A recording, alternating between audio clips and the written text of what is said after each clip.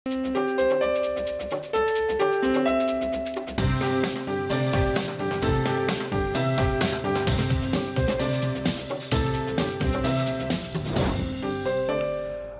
मैं हूँ वसतुल्लाह ख़ान और मेरे साथ हैं मुबशिर ज़ैदी और ज़रार खोड़ो। आज से 46 साल पहले दो बड़े अहम वाक़यात हुए थे। 13 जनवरी 1971 को इलेक्शन हो चुके थे और ढाका में इजलास तलब कर लिया गया था और भुट्टो साहब इस कन्फ्यूजन में थे कि ढाका अपने मुंतखब अरकान असम्बली को भेजें या ना भेजें। 70 क्लिफ्टन में आज के दिन इजलास हुआ था, ठीक 46 साल पहले। और ठीक इसी वक्त किसी और जगह एक बच्चा पैदा हुआ और वो बच्चा आज हमारे साथ है, इतना बड़ा हो गया है 46 साल का, और उसका नाम है Mubashir Zaidi. Happy birthday to you. इतने बड़े हो गए और तुम यूं ही बोलते रहो हज़ारों साल। बिल्कुल सर। और हर शो के मिले तुम्हें 50,000। आमीन आमीन। ये तो भाइयों हम को मत कलेक्टिव वो होगी। हाँ, सर बिल्कुल। अब आप प्रोग्राम शुरू करें। अच्छा जनाब, आज कॉल इन डे है, ज़ाहिर है आप लोगों की कॉल्स हम लेंगे। इश्यूज़ जो हैं आपको भी पता हैं कि इस हफ्ते क्या हुए, लेकिन we prefer that you dictate us. Ashfaq Dasti साहब हैं खैरपुर से, उनसे बात कर लेते हैं। जी भाई। जी अस्सलाम वालेकुम। वालेकुम अस्सलाम। और सबसे पहले तो आप बर्थडे बॉय कहें या बर्थडे मैन कहें, आपको जन्मदिन की बधाइयाँ हो, मुबारक हो आपको। बहुत शुक्रिया। और मैंने कॉल खास तौर पे आपके जन्मदिन के ही हवाले से की है। हमारे पास अभी अरे तक लाइक नहीं है, मैं शो नहीं देख रहा कि आप इस वक्त क्या डिस्कस करेंगे या कुछ भी मैं रिगार्डिंग में देख लूंगा। ठीक है, बस आपको बर्थडे विश करनी। चलिए थैंक यू। मैं क्यों थैंक यू कर रहा हूँ, तुम थैंक यू कर। नहीं वो तुम्हें वो नहीं, ये एक्चुअली मेरे साथ बहुत बुरी आदत है, जब मुझे कोई कहते हैं ना हैप्पी बर्थडे तो मैं ये कहता हूँ हाँ बिल्कुल, और आपको भी। और इट्स वेरी एम्बैरेसिंग। ये सेम टू यू, ये मैं हमेशा करता हूँ यार, पता नहीं क्यों। अच्छा, और टर्की में एक अजीब रिवाज है, आप कहें ना किसी रेस्टोरेंट में जाके वेटर को थैंक यू, तो आगे से कहता है वेरी मच। Very nice. ये भी सही है, ये भी सही है। हाँ।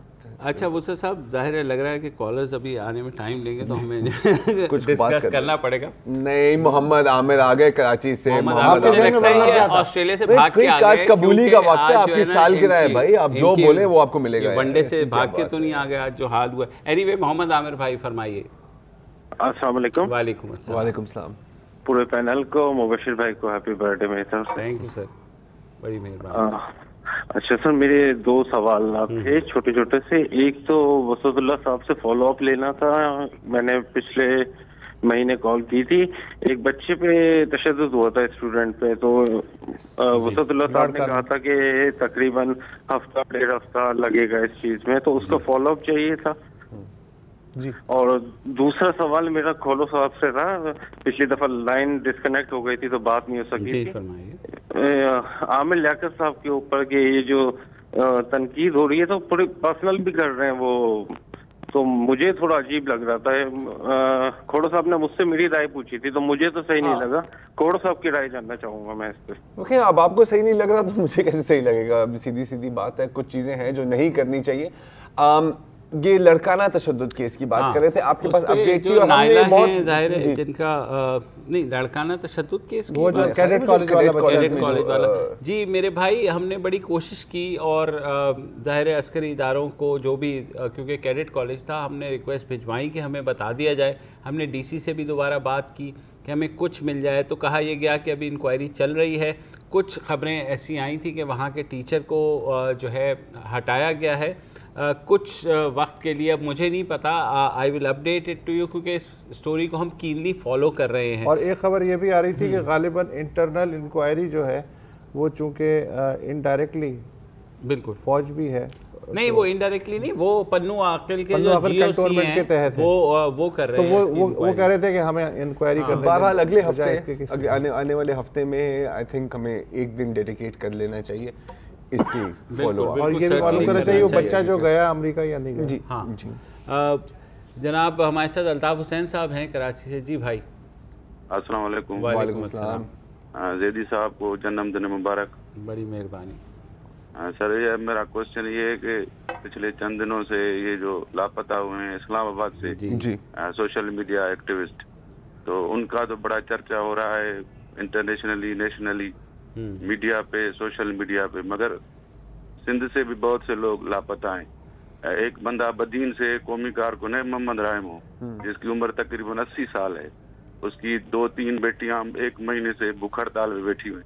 कल अखबारों में जो हम खबरें पढ़ते हैं, कल सक्खर से एक लड़के को, बंदे को उठाया है अपनी दुकान से, तो उनके लिए कोई आवाज नहीं उठा रहा है, न मीडिया पे न सोशल मीडिया पे, कम आ रही है। इसकी क्या वजह है? मैं बाकी मीडिया के बारे में तो ज़ाहिर नहीं कह पाऊँगा कुछ, लेकिन जहाँ तक हमारे प्रोग्राम का ताल्लुक़ है, आपको याद होगा कि जिस दिन ये सलमान हैदर का वाक़या हुआ है, उस दिन और उससे अगले दिन भी हमने जो प्रोग्राम किया तो उसमें बाकायदा हमने आदाद शुमार पेश किए कि साल गुज़िश्ता में जितने लोग जबरी तौर पे गायब हुए उनकी तादाद पिछले 6 साल में सबसे ज़्यादा है, और इस पे हमने बहुत तफसील से गुफ्तगू की थी। लेकिन एक बात इनकी सच है बदकिस्मती से कि कुछ केसेस हाईलाइट होते हैं और कुछ केसेस हाईलाइट नहीं होते। अच्छा, ये हर शोबे में होता है? हर शोबे में, ये हर शोबे जी हर शोबे में होता है। मैं ये नहीं कह रहा कि बिल्कुल सिर्फ इसी में ही होता है, ये एक नेचुरल है। अनफॉर्चुनेटली अब हम उसके अलावा ये भी था कि जाहिर है वाहिद बलोच साहब का केस भी हम लोगों ने उठाया था डिस्पाइट द फैक्ट। तो हम जब शहरों में होते हैं, बड़े शहरों में होते हैं, जहाँ पर हमारी गेज होती है, जहाँ पर मीडिया की गेज होती है, वहाँ पर चीजें मैग्नीफाई हो जाती हैं। और वहाँ से रिपोर्टिंग जो है, मेरे इल्म में ये नहीं है कि इंटीरियर में, जैसा कि इस दोस्त ने बात की कि सक्खर की और बदीन की मिसालें दी, तो जो वर्निकुलर मीडिया है वहाँ का, सिंधी मीडिया, उसने भी उठाया या नहीं, या ये इनका सवाल जो है वो नेशनल मीडिया के हवाले से? और अगर ये कह रहे हैं कि प्रेस क्लब के सामने वो बच्चियाँ बैठी हुई हैं, फिर तो खबर है, यकीनन फिर हम उसको देख लेंगे। और नवीद साहब हैं कराची से। जी भाई। जी, मेरा सवाल मुबश्शिर रेदी साहब से है। जी जी। ये जो सलमान हैदर साहब इस्लामाबाद से उठाए गए हैं, 2 और एक्टिविस्ट जो भी गुमशुदा हो जाते हैं हमारे यहाँ पाकिस्तान में, बलोचिस्तान, सिंध में, जैसे अभी भाई ने बदीन में बात की, सलमान हैदर का उठना और मिलिट्री कोर्ट्स की टाइमिंग, क्या ये इनमें कोई हम कह सकते हैं कि इनकी टाइमिंग यही की उठाने की? क्योंकि मिलिट्री कोर्ट्स के ऊपर टाइमिंग खत्म होने वाली थी, उससे बहस होने वाली थी, वो एक तरह से पीछे हट गया मीडिया में, अब ये ज्यादा शोर हो रहा है। अच्छा नवीद साहब, मेरा नहीं ख्याल इनका आपस में ऐसा कोई ताल्लुक है, क्योंकि अभी तक वजूहात सामने नहीं आ रही हैं। और आप यकीन करें कि हम एवरी आवर हम लोग चेक कर रहे हैं हर जगह से कि कहाँ गए हैं, कहाँ नहीं गए हैं। और जाहिर है उनके जो लवाहिकीन हैं वो हमसे ज़्यादा परेशान हैं। वो लोग जा रहे हैं बार बार पुलिस के पास, FIR कट चुकी हैं। उसके अलावा वो लोग कोर्ट जाने का भी प्लान बना रहे हैं। कुछ इनडायरेक्ट मैसेजेस भी उनको आ रहे हैं कि आप ना करें, वो लोग वापस आ जाएंगे। इतवार तक कोई एक आध उनके ब्लॉगर के घर वालों को मैसेज भी आया है, लेकिन अभी तक ये वाज़ेह नहीं हो पा रहा कि किस एजेंसी ने उनको उठाया है।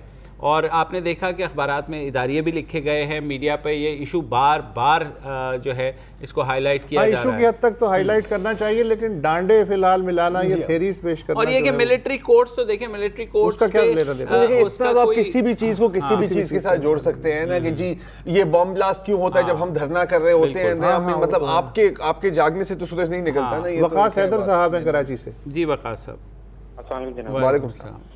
बहुत बहुत मुबारक हो आपको पहले मुबश्शिर साहब। शुक्रिया सर। और अब आप मुझे भी कॉल लगने की मुबारकबाद दे दें। आपको भी बहुत बहुत मुबारक, क्योंकि महीनों की कोशिशों के बाद कॉल लगी है, और शायद इसमें मेरा भी कुछ हिस्सा है। कंट्रीब्यूशन ये है कि आप लोगों के प्रोग्राम की मैंने इतनी पब्लिसिटी की अपने ऑफिस में और अपने सर्कल में। Thank you sir. बहुत सारे लोग देखने लगे माशाल्लाह। बहुत शुक्रिया। उनको लिफाफा भेज दें। इनसे नंबर ले लो, आइंदा जो है फास्ट प्रायोरिटी पे नाम रखेंगे आपका। सर ऐसी क्या बात है? बिल्कुल। अच्छा वेलकम जनाब, मोस्ट वेलकम सर। जी बताइए सर। मेरी ऑब्जर्वेशन है और एक आपसे शिकवा है आप लोगों से। ऑब्जर्वेशन ये है कि आप मीडिया पीपल सभी, आपका चैनल नहीं बाकी सब लोग मिलके कोई एक SOP डेवलप नहीं कर सकते कि हमारे ये जो लाइव जलसे जो सुबह से रात तक 12-12 घंटे के चलते हैं ये खत्म हो सके और हमारी इनसे जान छूटे।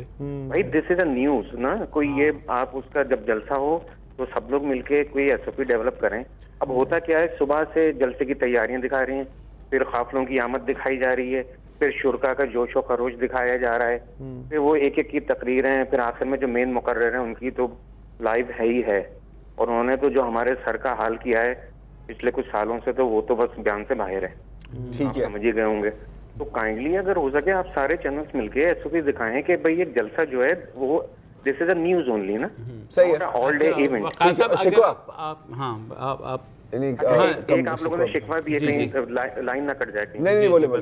हाँ, शिकवा ये है कि अभी पिछले कुछ महीनों पहले एक पब्लिक इंटरेस्ट का इशू उठा, लेकिन मैंने कुछ चैनल पे उसका थोड़ा सा बात दिखाई दी, लेकिन आपके प्रोग्राम में मैं सुन नहीं सका। मैंने कोशिश तो होती है कि हर प्रोग्राम ये प्रॉपर्टी पे टैक्स का जो इशू आया था, प्रॉपर्टी। हाँ, ये पता है बहुत सिंपल बात आपको बताऊं, ये हमारी समझ में नहीं आती मतलब थोड़ी सी मतलब मेरा ख्याल है उसमें कुछ और भी वो चेंजेस भी हुई हैं, तब्दीलियां हुई हैं। एक्चुअली बहुत लोगों ने आपकी जो बात आपने की है, मतलब बाजार में जब बंदा जाता है तो बहुत फिर ये हर इलाके की आप इस पर बात करें। दूसरा वाली बात पर अच्छा आप मैं अगर ऑनेस्ट एडमिशन चाहते हैं मैं तो ऑनेस्टली बोलने वाला था। वो ये है कि मेरे भाई उस जलसे के साथ साथ इश्तिहारात भी आते हैं और जाहिर है उसके हमें पैसे मिलते हैं। फिर नाअहली है हमारी, ये मेरी हद तक, इनकी शायद ना हो, लेकिन मेरी हद तक है कि जब आप कैमरे खोल जाते हैं तो सब बेफिक्र होकर के जाके गाँव तकिया रख के कट हो गया, जाने दो,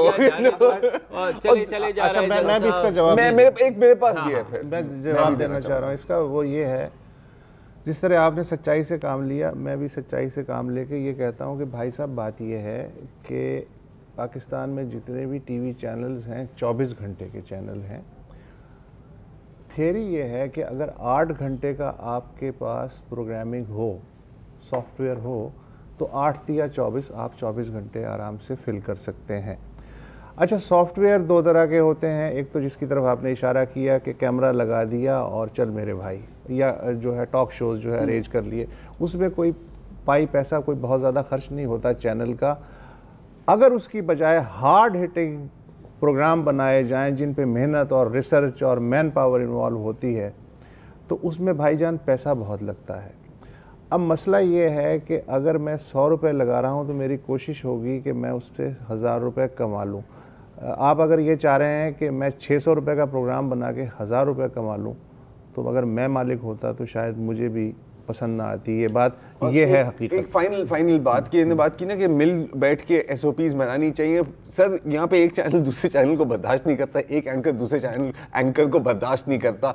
कभी बैठ के मीडिया ने कोई SOPs ना बनानी है, और जो पहले बनाई भी थी तो वो भी मतलब 2 दिन इम्प्लीमेंट भी नहीं हुए थे। ऐसा कभी नहीं होगा। एक कोड ऑफ एथिक्स पे तो हम लोग इत्तेफाक कर नहीं सकते कि भाई किस तरह एथिकल जर्नलिज्म करना है, तो ये तो बात की बात है ना। SOPs जो है वो तो उसी के अंडर आती है। और कई चैनल मिल बैठना तो खैर आपने बहुत आगे की बात कर दी।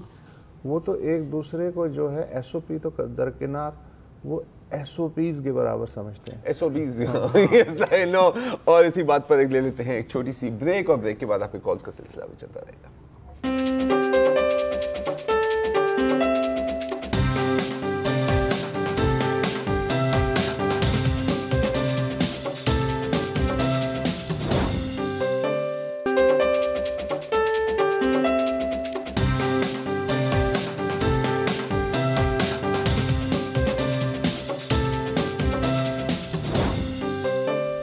Welcome back. मुनसिफ खान साहब हैं इस्लामाबाद से, उनसे बात कर लेते हैं। जी भाई।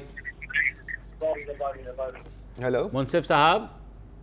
हेलो मुनसिफ साहब की कॉल ड्रॉप हो गई है। मोहम्मद अशरफ साहब हैं कराची से, उनसे बात कर लेते हैं। जी भाई। मुबशिर साहब बहुत बहुत मुबारक हो, बहुत शुक्रिया, लंबी जिंदगी और सेहत के साथ बड़ी मेहरबानी। छोटे छोटे 3-4 सवाल हैं। एक तो मिसिंग पर्सन पे भी आपने भी कहा। देखिए अभी आज एक प्लान चल रहा था मिसिंग पर्सन में, अभी मैं क्या कहें डॉन लिक्स मैंने आपसे कहा इसका कोई हल नहीं है, खत्म हो गया। अच्छा, कराची का तारीख का सबसे बड़ा जो अखबार TV पे स्लाइड चल रहा है, सबसे बड़ा असला पकड़ा गया है, उसको अखबार के अंदर इंडोर्स कर दिया। उसको कोई फैसला, देखिए सियासतदान तो मसलियत का शिकार थे, हमारी एजेंसी तो मसलियत का शिकार नहीं होनी चाहिए। उसको भी हाइट पे लाया गया, खत्म कर दिया गया उसको। उसके बाद एक भोला रहमान बोला, आज मक्कर गया, बोला भाई मैंने तो ऐसे बयान दिए नहीं, मुझे जबरदस्ती बयान दिलवाया जा रहा है। जबकि फरवरी 2015 में IS पर आसिम वाजवा ने कहा था हमारे पास ठोस शवाहिद हैं। तो भाई फौज किस मसलियत का शिकार है? उसके मालिक को लेकर असलियत उगलवा ले, इसको इतना क्यों करने की जरूरत है? ये करवा डिले किया जा रहा है। उसके बाद एक केस उतारा, राव उन्वान ने कहा था कि 2 लोग पड़े, ताहिल नंबर और जुनैद को, कि ये राक एजेंट, वो भी कोर्ट से बरी हो गए, उसके बाद वो मिसिंग हो गए। तो भाई इतना हाई क्रेडिट तो आप कर देते हैं, मगर सबका कोई रिजल्ट नहीं आ रहा। मीडिया पे कोई तो हल बताए ना इसका। 3-4 सवाल इसका मुझे जवाब दे रहे हैं। अच्छा, पहली बात तो मुझे बताएं, आपको ये कहाँ से पता चला अशरफ साहब? ये सारी बातें ज़ाहिर है मीडिया पे ही रिपोर्ट हुई है ना मेरे भाई। आज जो है तो मीडिया पे हुई है। आज कोर्ट में पुलिस ने ये बयान जमा करा दिया है कि जनाब हमें कुछ नहीं मिल रहा। अजीज़ाबाद के टैंक में से जो कराची की तारीख का सबसे बड़ा असला मिला था, और जिस पे जज साहब ने कहा कि जनाब कुछ 2 हफ्ते और देख लें, शायद आपको कुछ मिल जाए। उन्होंने कहा जी आप कहते हैं तो देख लेते हैं, वैसे हमें तो कुछ नहीं मिल रहा, ना बंदा मिल रहा है ना कुछ वो है। तो ये केसेस बाद में जाकर के डाई डाउन हो जाते हैं। येस, कुछ प्रॉब्लम्स होती हैं। मिसिंग पर्सनस के हवाले से ज़ाहिर है हमें बहुत हसास होना चाहिए। बारहा हम ये बात कहते हैं कि लोगों को इस तरह नहीं उठाना चाहिए। उठाते हैं तो आपके पास कानून मौजूद है, कानून में इस्तेमाल करें। अगर वो दहशतगर्दी है तब भी वो कटहरे का हकदार है और खुली गिरफ्तारी का हकदार है, क्योंकि ये जो है इस तरह की चीज़ें फिर मज़ीद चीज़ों को जन्म देती हैं। और इस आड़ में कि एक बंदा अगर आपने गलत उठाया तो 6 बंदे जो है ना गलत दहशतगर्द तंजीमें होती हैं, माफियाज होते हैं, वो उठा लेते हैं और उसी चक्कर के अंदर और वो भी आपके खाते में एटमॉस्फेयर ऑफ लॉलेसनेस जब क्रिएट हो जाए ना, तो उसके अंदर स्पेस बढ़ती है नॉन स्टेट एक्टर्स के लिए। ये और सबसे ज्यादा स्टेट एक्टर को नॉन स्टेट एक्टर के तौर पे बिहेव नहीं करना चाहिए। और दूसरा ये आपने आखिर में बात की रहमान भोला की, तो मैंने भी कुछ बातें सुनी हैं, उसमें भी चीज़ें सामने आ जाएंगी, जल्द ही आप देखेंगे। तो असल में हमारे यहाँ मिक्स इतना हो गया ना, सियासी इंतकाम से लेकर के बाकी चीज़ें, कुछ चीज़ों में रियलिटी होती है, तो जो ऐसी चीज़ें होती हैं उनसे वो जो रियलिटी होती है वो भी मुतासर होती है। और यही बार बार हम दरख्वास्त करते हैं अपनी लॉ इन्फोर्समेंट एजेंसी से कि कानून का सहारा लेंगे तो ये केस एक मजबूत बुनियाद पर चलेगा। उसके जज जो हैं वो केस को उठा करके फेंकेंगे नहीं। एनीवेज बहरहाल बहस है, लंबी बहस है, हम आगे देखेंगे। राहत हुसैन साहब हैं कराची से। जी राहत साहब। हेलो जी सर। जी वालेकुम सलाम। वालेकुम अस्सलाम। ये गुसद खान साहब से ये बात पूछनी थी। मैं हाजिर हूँ। ये गुसद भाई, आप बीबीसी पे तो माशाल्लाह बहुत फ्रंट फुट पे लिखते हैं, लेकिन इस प्रोग्राम में थोड़ा बैक फुट पे चले जाते हैं आप। क्या चले जाते? बैक फुट पे चले जाते सर? ये नहीं, बैक फुट पे तो जाते हैं आप। बिल्कुल बिल्कुल। तो जरा ये भी बता दें बीबीसी में मैं क्या लिखता हूँ जो मैं यहाँ नहीं बोल पाता। जो आपने भुट्टो की बरसी पे एक बड़ा प्यारा कॉलम लिखा था कि भाई वो दौर था चीख वीरा का। नहीं तो यहाँ भी मैं इसी तरह की बातें करता हूँ। मतलब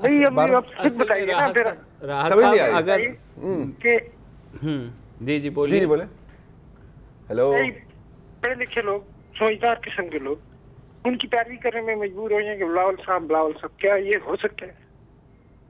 बताइएगा सर। आप बताएंगे तो मैं फिर इसमें ऐड कर दूंगा। सवाल यही था कि आप जो बीबीसी पे लिखते हैं वो टीवी पे, मसला ये होता है मेरे भाई, टीवी में तो हम बात करके निकल जाते ना, जब आप लिखते हैं कोई चीज़ तो वो जाहिर है वो एक डॉक्यूमेंटेड चीज़ होती है, उसकी शेल्फ लाइफ होती है, वो सोशल मीडिया के ऊपर शेयर होती है। तो मेरा नहीं ख्याल कि ऐसी और दूसरी बात ये भी, अगर मैं सही तरह समझ टीवी प्रोग्राम का कंपैरिजन वो नहीं हो सकता, आप लिखने से नहीं कर सकते। और दूसरी बात है कि ये भी थोड़ा एक मतलब कभी-कभी तो अगर कोई रेलेवेंट कॉलम आपने लिखा है और उसी मौजू पर बहस हो रही है टीवी पर, तो बिल्कुल उस कॉलम का सहारा ले सकते हैं, लेकिन उसको कॉपी पेस्ट करना तो ये तो फिर लेजी काम हो जाएगा ना। मोहब्बत है कि आप ऐसा देखना चाहते हैं। असमतुल्लाह साहब हैं लकी मरवत से। जी भाई अस्सलाम वालेकुम। जरा वालेकुम सलाम। मुबशर साहब को सालगिरह मुबारक। बहुत शुक्रिया। सर बात ये करनी है कि पाकिस्तान में जो सेक्रेट काउ का तस्वुर जो चला आ रहा है पाकिस्तान में सेक्रेट काउ का, जी ये कब तक चलेगा जनाब? जब असमतुल्लाह साहब अब कहाँ है सेक्रेट काउ? आप जो हैं टीवी चैनल पे या अखबारात में आप अदलिया पे कमेंट करते हैं, मुसल्लह अफवाज पे कमेंट करते हैं, अथॉरिटीज पे कमेंट करते हैं। नहीं जी, मैं फौज की बात जब आ जाती है अदलिया में आर्टिकल 6 के हवाले से मुशर्रफ साहब के बारे में, या फिर आपने परसों बात की थी डिफेंस मिनिस्टर साहब के बारे में जब वो अपना बयान दे रहे थे जिसमें बहुत बड़ा कंट्राडिक्शन था राहील शरीफ के बारे में, राहील शरीफ के नई ज्वाइनिंग के बारे में, या अभी जो फोर्स डिसअपीयरेंसेस हैं या सलीम शहजाद के कत्ल से लेकर आज तक जो फोर्स डिसअपेरेंसेस हो रही हैं, प्रोफेसर साहब की तो इनमें से किस मौजू पे बात नहीं होती भाई? हर एक मौजू पे बात हुई है।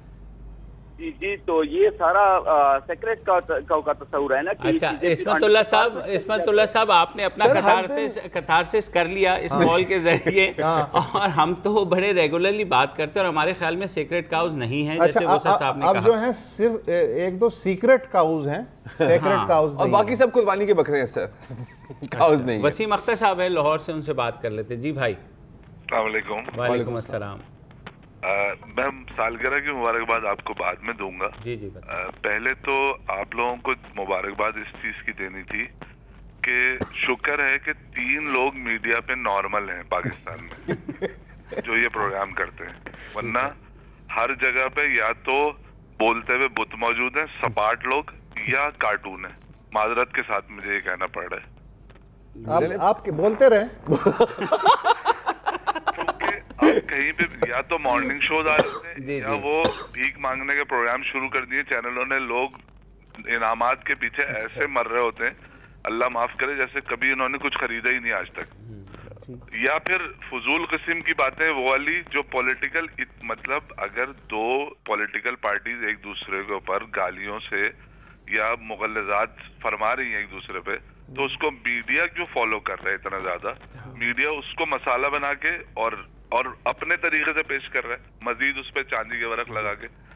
आप लोगों का प्रोग्राम देख के कम से कम मेरे लिए दिली खुशी ये होती है कि 3 लोग नॉर्मल हैं जो कि ऑब्जेक्टिव व्यू के साथ चीजों को देखते हैं।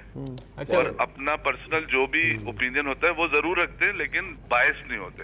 बहुत बहुत मेहरबानी, बहुत अच्छी बात। शुक्रिया, जवाब नहीं दीजिएगा, बात उनकी मुकम्मल है। ये आपकी सालगिरह का तोहफा मिल गया। चलें, बहुत शुक्रिया। दोबारा कॉल करें प्लीज। असदुल्लाह साहब बहुत शुक्रिया। कॉल किया करें। जो ब्रेक ले लेते हैं। ब्रेक।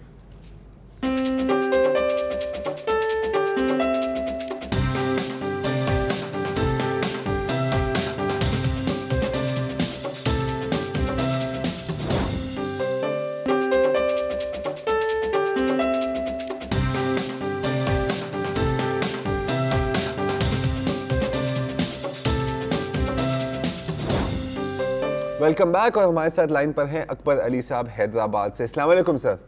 वालेकुम सलाम। ज़रा खोरो, आप लोगों की तारीफ तो माशाल्लाह बहुत होती है और अभी मेरे लिए कुछ कहने के लिए रहा नहीं है आज। तो कोशिश करें सर, कोई तनकीद करें, हमें सजेशंस भी चाहिए होती हैं अकबर अली साहब। नहीं, तारीफ भी सही है। नहीं, वो तो मैं आपसे ट्विटर पे होता हूँ, लेकिन अभी रिसेंटली आपने मुझे अनफॉर्चुनेटली क्यों ब्लॉक कर दिया है। लेकिन मुझे 2 ये करता है, मैं कभी किसी को ब्लॉक नहीं करता। यही है, मैं अनब्लॉक कर जावेद ने किया। हां, नुसरत जावेद ने किया। बिकॉज़ वैसे तो आप बहुत फ्रीक्वेंटली जल्दी रिप्लाई कर देते थे और उसको लाइक भी करते थे, ठीक है, लेकिन nowadays you are not doing this.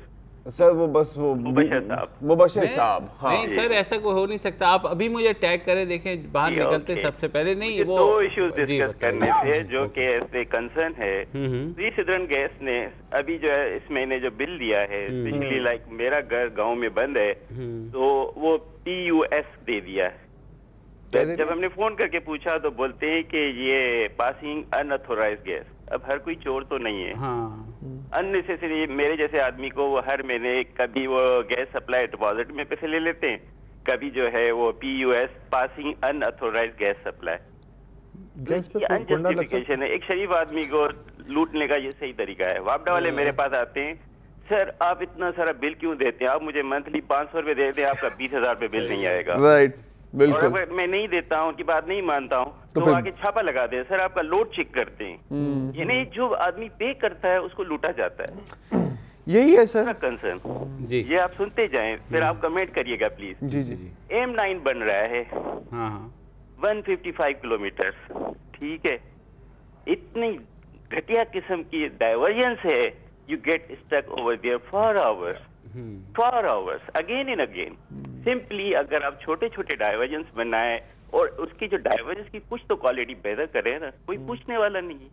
अच्छा, अभी सबसे बड़ा ड्रामा 100 किलोमीटर के बीच में उन्होंने जो है ना टूल प्लाजा क्रिएट किए गए अभी से, जबकि वो बनाई नहीं है। हर काम में ज्यादती, जो देता है उसको लूटो, नहीं देता है उसको जिए। जो भी आप नारा लगा ले, नारा लगाओ और लूटते जाओ। सही बात है। आप लोगों के कमेंट्स चाहिए, माशाल्लाह आपकी तारीफ तो क्या करूं, सब लोग तारीफ करते हैं आप। नहीं, ये पता है, ये आपका रियल फैन हूं। ये जो वही बात है ना, ये जो हमारी टैक्सेशन के निजाम का जो इशू है, हाँ इन्होंने जो भी बात की है सब सही, 100% सही है। और देखिए इसको थोड़ा आगे भी ले जाए कि आप जो इनकम टैक्स कलेक्ट आप कर नहीं सकते, हाँ, इंडस्ट्रियलिस्ट से या एग्रीकल्चरिस्ट से या किसी से भी, तो आप क्या करते हैं, आप इनडायरेक्ट टैक्सेस और सैलरीड पे टैक्सेस, क्योंकि वो तो आपके नेट के अंदर है ना, तो बिल्कुल वही चीज है, सिर्फ इसको आप एक कौमी नेशनल लेवल पर ले जाए। अनफॉर्चुनेट और ये है कि अकबर साहब यही चीज़ें हम भी फेस करते हैं, ये जो अनऑथराइज्ड किस्म की पेमेंट्स लग के आती है ना, बिजली के बिल में भी और गैस के बिल में भी। ये आपको पता है इनका तरीका वारदात पुराना है कि जब आपने या तो गैस थेफ्ट और टीवी लाइसेंस भी उसमें टीवी लाइसेंस, हाँ बिल्कुल, और वो भी कभी डबल कर देते। फिर डाइवर्जन्स की जहाँ तक बात आती है तो मेरे भाई, अच्छा मसाजिद को जो बिल आता है ना उसमें भी टीवी लाइसेंस लगा हुआ और तो टोल प्लाजा, बिल्कुल प्लानिंग का तो सवाल ही नहीं है। और सिंध में और प्लानिंग मतलब ये तो नहीं, वो जमहूरियत के खिलाफ है। अच्छा यार, सिर्फ सिंध से तो ज्यादती मत करो, पूरे पाकिस्तान का मसला है प्लीज। हाँ, मैं ज्यादती हमेशा एथनिक बात है, आपको पता है इसका, छोड़ो ऐसे अगली कॉल ले ले। मुझे ये बात आपकी पसंद नहीं है। लिली कामरान साहिबा हैं गुजरांवाला। जी लिली साहिबा, हेलो अस्सलाम वालेकुम। वालेकुम सलाम, कैसी हैं आप? मैं डॉक्टर लिली बोल रही हूँ गुजरांवाला से। जी बताइए। मैंने सिर्फ आपकी ये फोन पहली दफा ही मिलाया और आप मेरी कॉल मिल गई है। Not bad, thank you very much. मैं बड़ी लकी हूँ कि मैंने आपसे बात की है और मैं आपकी सिर्फ तारीफ करना चाहती हूँ आपके प्रोग्राम की। मैं साल से ये प्रोग्राम देखती हूँ अपने हस्बैंड के साथ, और साथ में सबसे बड़ी जो बात है, आपकी जो विट और ह्यूमर है वो हमें बहुत ही अपील करता है। Thank you very much for your lovely programme. Thank you very much for your lovely call. मैं आपको कहूँ कि आप हस्बैंड के बगैर भी देख सकते हैं, इट्स अ फैमिली प्रोग्राम, कोई ऐसा वो नहीं है। लेकिन ये आपका कोई सवाल ऐसा कोई आप कमेंट करना चाहेंगे किसी चीज़ पे? बस हो गई बात। आप क्या रोलिंग भी दें? जी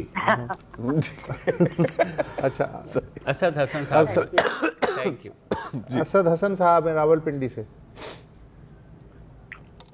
हेलो जी असद जी, अस्सलाम वालेकुम। वालेकुम अस्सलाम। सर मैं काफी वेट कर रहा हूँ, तकरीबन पहले भी मेरी कार ड्रॉप होगी और अभी भी मैं डर रहा था। जी फरमाइए, आप ड्रॉप आप पकड़ के रखी हुई है, आप बेफिक्र जी बताएं। मैं ये कहना चाहता हूँ, मेरा रावलपिंडी से ताल्लुक है लेकिन मुस्तकिल मैं फाटा से हूँ। मैं ये कहना चाहता हूँ कि फाटा को इन्होंने गैर सियासी कर दिया। मतलब यहाँ जो हम जिसको MNA को सिलेक्ट करते हैं, मुझे 13 साल हो गए, आज तक मेरे MNA NA 36 बिलाल रहमान है, उन्होंने आज तक कौमी असम्बली के फ्लोर में मेहमान एजेंसी का नाम और निशान नहीं लिया। वहाँ इतने बुरे हालात हैं, ना पानी है, ना सड़कें हैं, ना स्कूल है, ना तालीम है, ना कॉलेज है, ना अस्पताल हैं। बेइंतहाई जुल्म कर दिया और लोग यहाँ को कहते हैं कि फाटा जी गैर इलाका है। खुदा के लिए फाटा का ताल्लुक पाकिस्तान से है और इसको कमजोर ना करे। पाकिस्तान का एक मजबूत तरीन इलाका जी असद भाई, आपसे मेरा एक सवाल है मैं आपसे गुजारिश करता हूँ कि आप फाटा के बारे में भी एक प्रोग्राम करें या उनके MNA को बुलाएं। अच्छा सर, मेरा आपसे एक सवाल है, क्योंकि आपका ताल्लुक फाटा से है, तो ये आजकल एक डिबेट चल रही है। आज मुझे कुछ और लोग मिले थे, उनका भी ताल्लुक फाटा से ही था, तो वो कह रहे थे कि जी हम नहीं चाहते कि हमें खैबर पख्तूनख्वा के साथ शामिल किया जाए, हमें एक अलग हमारी आइडेंटिटी होनी चाहिए कम से कम 5-10 साल तक, ताकि हम उस लेवल तक पहुंच सके कि हम इंटीग्रेट हो सकें। आपकी क्या राय है? सर मेरे तो ये राय है कि अगर खैबर पख्तूनख्वा में अगर हमें शामिल किया जाए, हमें कोई इतराज नहीं। लेकिन हमारी राय ये, अवाम की राय यहाँ, क्योंकि मैं वहाँ से मेरा ताल्लुक है, तो लोग कहते हैं जैसा कि गिलगित बल्तिस्तान है या कश्मीर में इलेक्शन होते हैं, हमारा ऐसी राय है, अक्सर राय यही है कि हमें अलग सूबा बनाया जाए, क्योंकि वफाक में तो हमारी वैकेंसियां ज्यादातर वफाक में है, लेकिन आज तक हमें वफाक वालों ने कोई वैकेंसी भी नहीं दी, क्योंकि अदारों ने हमें कोई नौकरी नहीं दी। लिहाजा हम चाहते हैं हमें अलग सूबा बनाया जाए, हमारे अपने ही मिनिस्टर्स हों। ठीक है मेरे भाई, समझ आ गई बात, बिल्कुल है। और इनकी तकलीफ बजा है। फाटा के MNS जो हैं उनका नॉर्मली अब तक ये काम रहा है, जो रूलिंग पार्टी है बिल्कुल उसको के नंबर जो हैं वो बढ़ाएं और जो चीज़ें मंजूर होती हैं पार्लियामेंट में उसमें उसका साथ दें, उसके अवज़ उनको मराहत मिलती हैं। और दूसरा ये है कि फाटा में इस वक्त जो खानगी का तनासुब है पाकिस्तान में सबसे कम है, प्रैक्टिकली स्पीकिंग 2.5 से 3%। वैसे ऑफिशियली 10% तक कहा जाए। फाटा के लेजिस्लेचर्स का जो है ना एक वो है, एक सिंपल है कि 4 करोड़ दे करके वो बनते हैं तो जाहिर है गवर्नमेंट से फिर 8 करोड़ वसूल कर लेते हैं, तो वो 10 वसूल भले कर लें, लेकिन सिर्फ फाटा को तारीखी तौर पर शिकार का इन्होंने बना रखा है, उसमें इन्वेस्ट कुछ नहीं करते। और लोगों की जेन्युइन रिप्रेजेंटेशन का तो इशू है, वो तो दूध से नहीं है, और इंटरनेट भी नहीं है, कुछ नहीं है। जैसे सहूलियात का इन्होंने जिक्र किया है, बहुत से रेफ्यूजीज़ बैठे हुए हैं, इतने अरसे से वापस नहीं जा पा रहे, तो बहुत से इश्यूज़ हैं। और खुदा ना करे लेकिन ये कि बहुत ज़्यादा ये इशू जो है ना फट सकता है ये लावा किसी भी वक्त, अगर इस पे 40 साल से तो चैन ही नहीं है ना फाटा में। वक्फा ले लीजिए।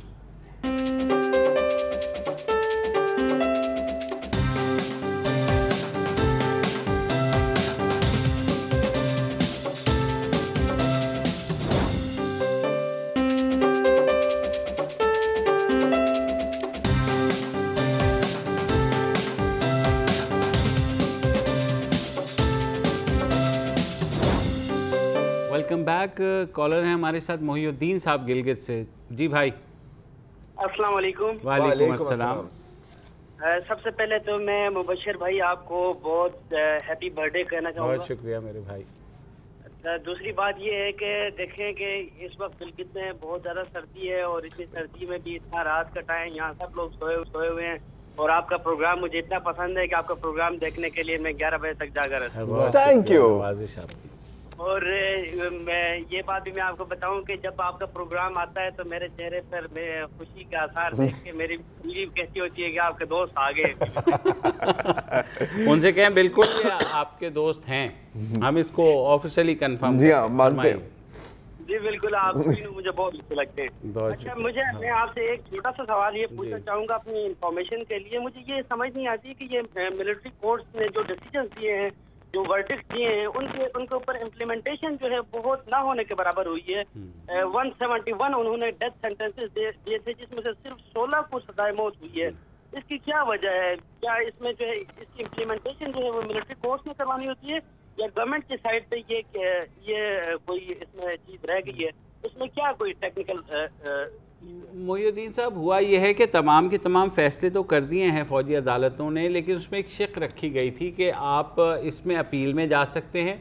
एक इंटरनल फ़ौज के अंदर भी मिलिट्री कोर्ट्स के तहत आप अपील कर सकते हैं, वो एक प्रोसेस होता है। उसके बाद जो है आप हाई कोर्ट्स में जा कर के अपील कर सकते हैं और ये ज़्यादातर अपीलें वहीं पेंडिंग पड़ी हुई हैं। बदकिस्मती है हमारी कि हमारे पेंडेंसी इतनी ज़्यादा है सिविलियन कोर्ट्स में कि जिसकी वजह से ये नहीं हो सका। मेरे ख्याल में जो भी पॉलिसी मेकर, लॉ मेकर्स और सारे जो हमारे स्टेट के इंस्टीट्यूशंस हैं, जब वो कोई ये चीज़ बनाते हैं तो ये चीज़ जहन में ज़रूर रखा करें कि ये चीज़ बिल आखिर जो है मिलिट्री कोर्ट्स की अगर पहले ये चैलेंज हो गई जिस पे अदालत ने महीना डेढ़ तो ज़ाहिर है सुप्रीम कोर्ट में वो फैसला होने पे लग गया, तो वो टाइम ज़ाया हुआ। फिर जो प्रोसिक्यूटर्स, विटनेस और उनकी जो प्रोटेक्शन थी वो ख़त्म हो गए, कहीं पे उनका भी कुछ नहीं हुआ। तो खासी मसाइल हुए हैं, लेकिन जितने केस आए थे वो कम से कम वो डिसाइड हो गए हैं। अब सिविलियन कोर्ट्स के ऊपर है कि वो इसको किस तरीके से देखते हैं। अब्दुल्ला साहब मुल्तान से। वालेकुम सलाम। जी जी, सबसे पहले आपको सालगिरह की मुबारकबाद। शुक्रिया भाई। मुबशर साहब, शुक्रिया। सर मेरे 2 इम्पोर्टेंट सवाल हैं जिसपे मेरी नज़र में भी बहुत ही अहम है, लेकिन जिसपे कभी कोई तवज्जो नहीं, कभी कभार कुछ फेसबुक पे लोग कह देते हैं लेकिन ये हम इग्नोर कर रहे हैं बातें। सबसे पहली बात तो ये कि पाकिस्तान को आइंदा 5-10 सालों में एक शदीद किस्म की डेजर्टिफिकेशन का सामना होगा, जो बाज़ UNDP वगैरह की रिपोर्ट से साबित हुआ है, लेकिन हम बिल्कुल इस पे तवज्जो नहीं दे रहे और काला बाग डैम और पॉलिटिकल इश्यूज में पड़े हुए हैं। बहरहाल वो एक और टॉपिक है जी। तो हम अगर अपनी ये और हम देखते हैं कि ज़रूरी ज़मीनें बड़ी तेजी से दूसरा क्या था आपका? जी, अभी उस पे आ गए ज़रूरी ज़मीन की बात करते हैं। जी बोले। तो मतलब इस पे मतलब कोई लॉज एंड रेगुलेशन टफ लानी चाहिए ताकि लोग पानी का जिया और हम अपनी जमीनों को प्रोटेक्ट करें, और कोई ऐसे रूल शुरू तो आपने दिल की बात की है, इस पे हमने काफी तफसीली शो भी किया था कुछ हफ्तों पहले। पानी की शदीद किल्लत है, कुछ काम किया जा रहा है लेकिन वो ना होने के बराबर है। This is a time bomb, और नॉर्मल बॉम्ब भी नहीं है सर, ये टाइम एटम बॉम्ब। और हमारी इज्तिमाई नफ्सियात ये है कि जब पानी सर से ऊंचा हो जाता है फिर ही हम, इस केस में पानी जब टखनों से भी नीचा हो जाएगा तब हमें होश आएगा। दूसरा, हुकूमत से आप पूछें तो बड़ी सीरियसली वो ये कहते हैं CPEC is a game changer. उससे हर बात में हर मसले का हल जो है ना वही ना, सीपैक अलग है, वाटर कैसे सीपैक से याद आया, तुर्बत से भी एक कॉल है। हकीम हासिल साहब जी, हासिल साहब, हकीम हासिल साहब फरमाइए। अस्सलाम वालेकुम सर, फरमाइए। मुबशर ज़ैदी को जन्मदिन मुबारक है। बहुत शुक्रिया, बड़ी मेहरबानी। और वसतुल्लाह भाई और दरार कोडो को मेरा सलाम कबूल हो। वालेकुम सलाम। वालेकुम सलाम। सवाल कीजिए भाई। ये तीसरी बार मुसलसल मेरी कॉल लग रही है आपके प्रोग्राम में। बड़ी बात है, हैट्रिक हो गई आपकी। फरमाइए सर। आज तो हैट्रिक हो गई मगर होते होते बच गई के सर। बस 10 सेकंड है हमारे पास, 10 सेकंड है जी। मेरा ये सवाल है कि वजीर आजम ने इक़्तिदार में आने से पहले कहा था कि मैं आकर सबसे पहले लोड शेडिंग के जिनको बोतल में बंद करूंगा। जी वो 2018 के इलेक्शन में भी यही कहेंगे, आप बेफिक्र रहे। वो 2018 के इलेक्शन में भी वो यही कहेंगे। मुसलमान की एक ज़बान होती है, सबको समझना चाहिए। ये इस हफ्ते के प्रोग्राम से को दोबारा हाजिर होंगे। इजाज़त दीजिए, अल्लाह हाफ़िज़।